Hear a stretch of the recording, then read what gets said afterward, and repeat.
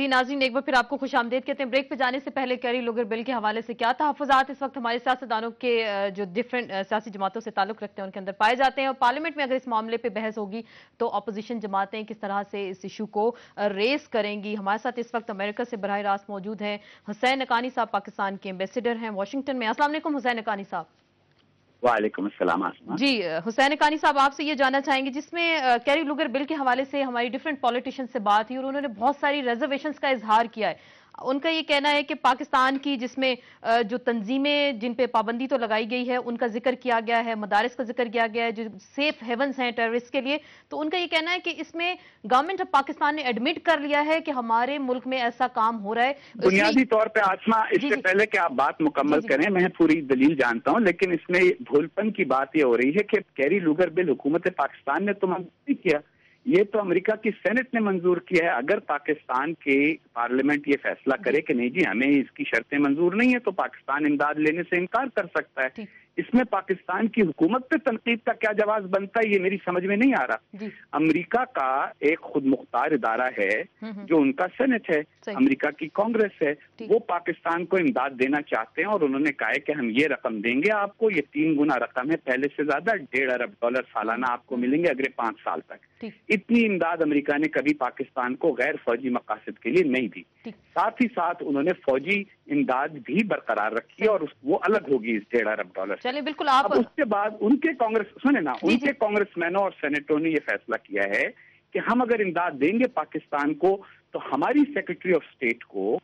یہ باتیں ہمیں بتانی ہوں گی ہر سال۔ پاکستان پہ کوئی شرط نہیں ہے، امریکی سیکرٹری آف اسٹیٹ پر شرطیں ہیں کہ ہمارے فلاں فلاں فلاں سوال کا جواب دیں۔ اب مسئلہ سارا کا سارا یہ ہے کہ وہ ایک تو یہ ہے کہ کیری لوگر بل ذرا انگریزی میں ہے تو بعض لوگوں کو وہ پڑھنے میں مشکل ہوتی ہے، دوسری امریکہ کا قانون ہے تو وہ سمجھنے میں مشکل ہوتی ہے۔ مختصر سی بات ہے، اس میں حکومت پاکستان کی نہ کامیابی نہ ناکامی کا مسئلہ نہیں ہے۔ ہاں حکومت پاکستان یہ سمجھتی ہے کہ جو شرطیں اس کے اندر لکھی ہوئی ہیں ان میں سے کوئی شرط ایسی نہیں ہے جو پاکستان پوری نہ کر سکتا۔ نمبر 2،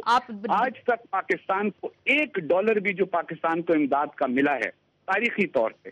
وہ ہمیشہ مشروط رہا ہے۔ شرطیں لگانا امداد دینے والوں کا فرض ہوتا ہے، یہ کام ہوتا ہے، اور شرطیں قبول نہ کرنا امداد لینے والے کا۔ اگر ہمارے لوگوں کو، ہمارے ہاں لوگوں کی رائے یہ ہو کہ ہمیں یہ امداد ان شرطوں پر منظور نہیں ہے تو یہ تو بڑا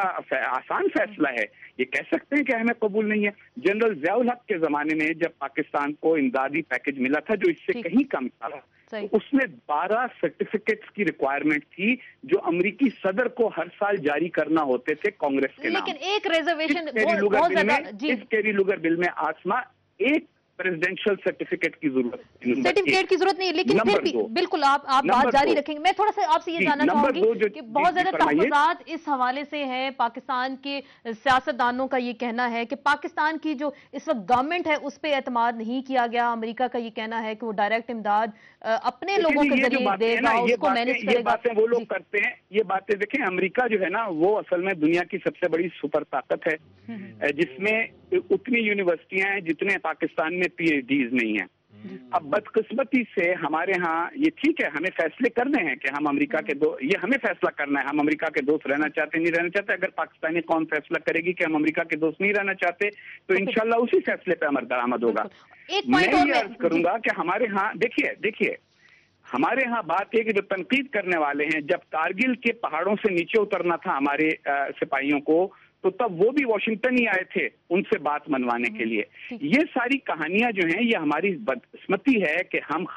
دنیا میں خارجہ پالیسی پر اتفاق رائے ہوتا ہے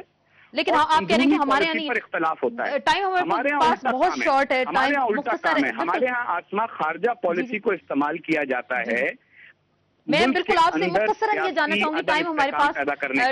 پاس بہت کم ہے، میں صرف یہ جاننا چاہوں گی مختصراً یہ بتائیے گا کہ ایک پوائنٹ پاکستانی سیاستدانوں کا یہ کہنا ہے کہ پاکستان کی فوج اور عدلیہ کی جو سول معاملات ہیں جمہوری نظام میں مداخلت کے حوالے سے یہ آپ نے اسپیشل ڈلوایا، مریدکے کا پوائنٹ جو ہے وہ انڈیا نے ڈلوایا، افغانستان نے کوئٹہ کا ذکر کروایا۔ کیا نہیں ڈلوایا جو کوئی اب آئندہ میں تو ہر ایک کو یہی کہوں گا کہ جس نے جو الزام لگانا ہے اس کا ثبوت فراہم کرے، اور اگر ثبوت فراہم نہیں کر سکتا تو چپ بیٹھا رہے۔